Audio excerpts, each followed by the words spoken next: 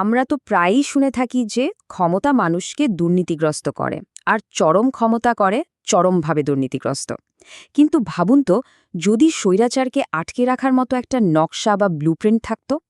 অষ্টাদশ শতাব্দীর এক ফরাসি চিন্তাবিদ ঠিক এমনই একটা ব্লুপ্রিন্ট তৈরি করে গিয়েছিলেন। চলুন আজ সেটা একটু তলিয়ে দেখা যাক। মন্টেস্কো একবার বলেছিলেন, আমার কাজ মানুষকে পড়ানো নয়, বরং তাদের ভাবানো।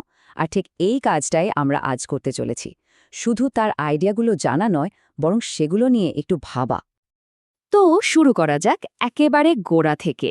যে কোনো বড় আইডিয়ার পেছনে তো একটা বড় সমস্যা থাকে, তাই না? মন্টেস্কুর ক্ষেত্রেও ঠিক তাই। তার সমস্যাটা ছিল তার নিজের সময়। চলুন দেখি ঠিক কী ঘটছিল তখন, যা তাকে স্বাধীনতার একটা সমাধান খুঁজতে বাধ্য করেছিল। মন্টেস্কিও কিন্তু শুধু একজন বিচারক ছিলেন না, তিনি ছিলেন তার সময়ের একজন দারুণ পর্যবেক্ষক। তিনি ইউরোপ জুড়ে ঘুরে বেরিয়েছেন আর নিজের চোখে দেখেছেন কিভাবে পুরনো রাজতন্ত্রগুলো নড়বড়ে হয়ে যাচ্ছে, ক্ষমতার ভারসাম্য কিভাবে ভেঙে পড়ছে।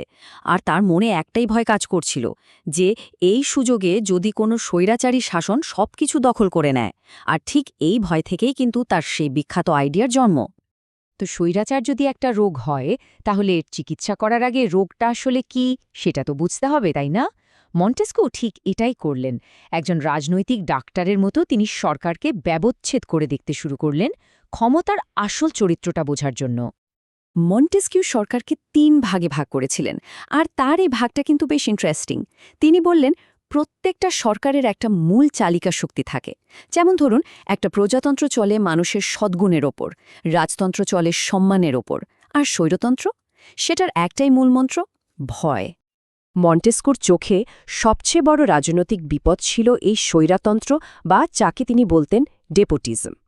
এর জন্ম হয় খুব সহজ একটা কারণে। যখন আইন বানানো, আইন কার্যকর করা আর বিচার করা, এই সব ক্ষমতা একজনের হাতে চলে আসে। আর এর অস্ত্র একটাই, ভয়, যা মানুষের স্বাধীনতাকে একেবারে শেষ করে দেয়। তো এই ভয়াবহ সমস্যার সমাধান কি? মন্টেস্কু একটা যুগান্তকারী আইডিয়া দিলেন, আর সেটা হলো ক্ষমতার পৃথকীকরণ। মানে সরকারি ক্ষমতাকে একদম পরিষ্কারভাবে কয়েকটা ভাগে ভাগ করে দেওয়া। প্রথম ভাগটা হলো আইনসভা বা লেজিসলেটিভ। এদের কাজ একদম সোজা, দেশের জন্য আইন বানানো, কোনটা করা যাবে কোনটা যাবে না সেই নিয়মগুলো তৈরি করা। এরপর দ্বিতীয় ভাগ, নির্বাহী বিভাগ বা এক্সিকিউটিভ।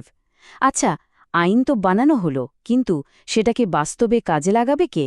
দেশের নিরাপত্তা, অন্য দেশের সাথে সম্পর্ক রাখা, এই সব দায়িত্বই হলো তাদের। আর সব শেষে আসছে তৃতীয় স্তম্ভ, বিচার বিভাগ বা জুডিশিয়াল ব্রাঞ্চ। ধরুন আইন বানানো হলো, সেটা কার্যকরও করা হলো, কিন্তু কেউ যদি আইনটা না মানে বা আইন নিয়ে যদি কোনো গণ্ডগোল হয়, তখন বিচার করে সঠিক রায় দেওয়ার কাজটা হলো এই বিভাগের। আর এখানেই মন্টেস্কিউর সবচেয়ে বড় পয়েন্টটা। তার মূল কথাটা ছিল, এই ৩টে ক্ষমতা কোনো অবস্থাতেই একজন মানুষ বা একটা দলের হাতে থাকতে পারবে না। এটাই হলো আসল কথা। কিন্তু কেন নয়?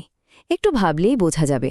ধরুন, যে আইন বানাচ্ছে সেই যদি আবার আইনটা কার্যকর করে, তাহলে তো সে নিজের ইচ্ছামতো যা খুশি তাই করতে পারবে, তাই না?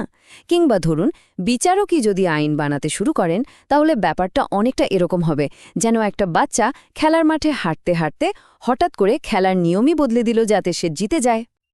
আচ্ছা, ক্ষমতাকে তো ৩ ভাগে ভাগ করা হলো, কিন্তু এটাই কি যথেষ্ট? স্বৈরাচার কি এতেই থেমে যাবে? মন্টেস্কিউ জানতেন না। তাই তিনি এর সাথে আরও একটা দারুণ জিনিস যোগ করলেন, আর সেটা হলো প্রত্যেকটা বিভাগকে একে অপরকে আটকানোর বা নিয়ন্ত্রণ করার ক্ষমতা দেওয়া। এই সিস্টেমটার মজাটা হলো এর পারস্পরিক নিয়ন্ত্রণে। ধরুন, আইনসভা একটা আইন পাশ করল, কিন্তু নির্বাহী বিভাগ সেটাকে ভেটো দিয়ে আটকে দিতে পারে। আবার যদি নির্বাহী বিভাগের কোনো মন্ত্রী গণ্ডগোল করে, তাহলে আইনসভা তাকে ধরে প্রশ্ন করতে পারে, এমনকি শাস্তিও দিতে পারে। এভাবে একটা চমৎকার ভারসাম্য তৈরি হয়। ব্যাপারটাকে যদি আরও সহজ করে বুঝতে চাই, তাহলে এটাকে একটা রক পেপার সিজার খেলার মতো ভাবতে পারি, যেখানে কেউই একা সবসময় জিততে পারে না, প্রত্যেককে একে অপরের কাছে হার মানতেই হয়। কিন্তু মন্টেস্কিউর চিন্তা এখানেই শেষ হয়ে যায়নি। তিনি আরও একটা গভীর প্রশ্ন করেছিলেন। আচ্ছা, সব দেশের জন্য কি একই ধরনের আইন কাজ করবে? তার উত্তর ছিল একদমই না। আইন তো আর রেডিমেড জামাকাপড়ের মতো নয় যে সবার গায়ে ঠিকঠাক ফিট হয়ে যাবে, বরং প্রত্যেকটা দেশের চরিত্র বুঝে আইন বানাতে হবে।